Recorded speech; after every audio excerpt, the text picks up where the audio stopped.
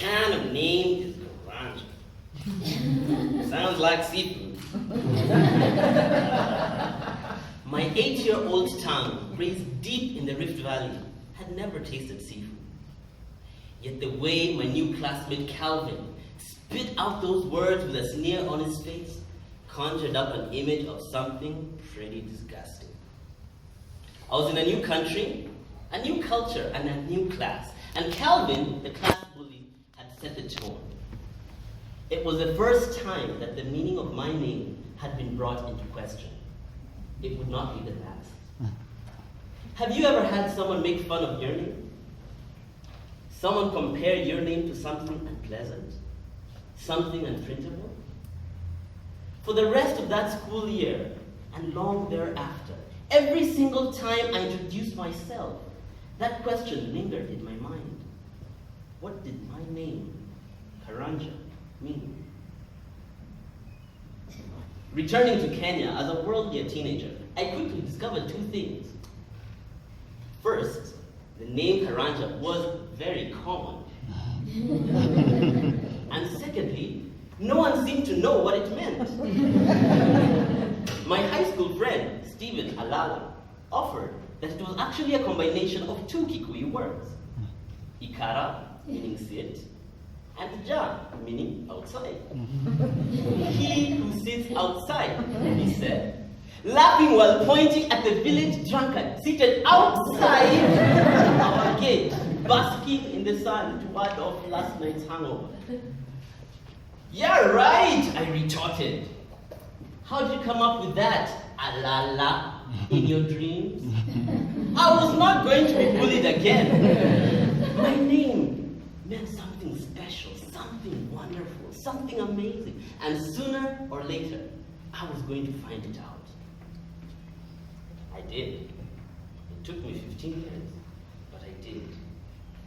Hidden deep in the book called the Agikuyu, the customs, traditions, and folklore, I found the meaning of the name Karanja. And today, I am going to read it for you.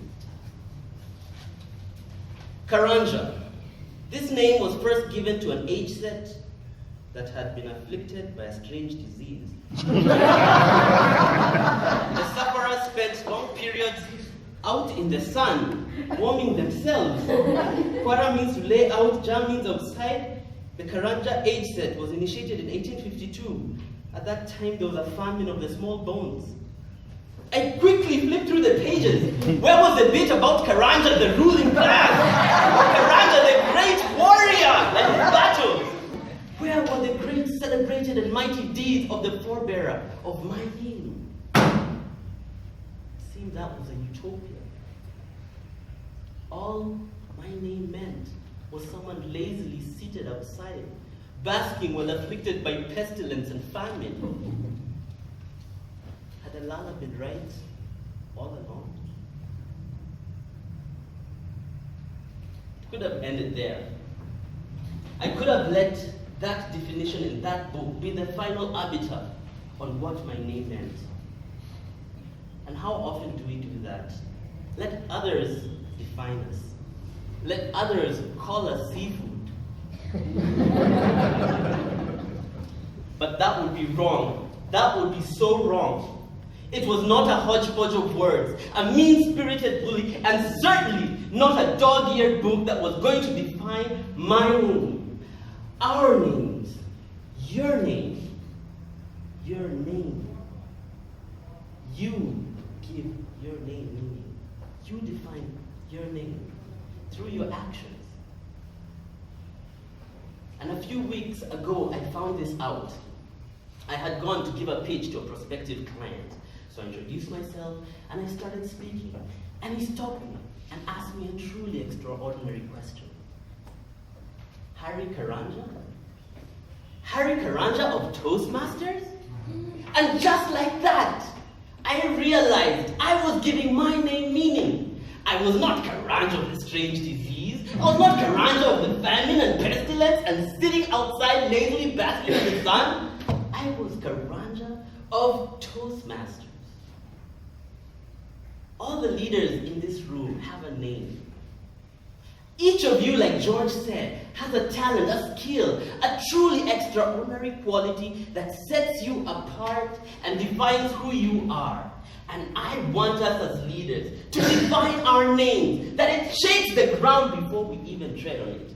Let us celebrate not just your name, but the amazing person it defines. Don't go looking for the meaning of your name out there. The meaning of your name is in here. Your name is not a badge to be slapped on your shoulder. It is a glow emanating from inside and defining your aura. Calvin had successfully mocked me. He had bullied me by mocking my name. But he also did something else. He gave me a deep desire to sanitize the meaning of my name. And so, I read every single book I could on seafood. I watched all TV shows on seafood. I cooked and even ate seafood. And when I discovered that it is we who give our names meaning, I was ready. Karanja sounds like seafood? Oh yeah. Just like caviar. Deservedly the richest, the finest, the best. Messages.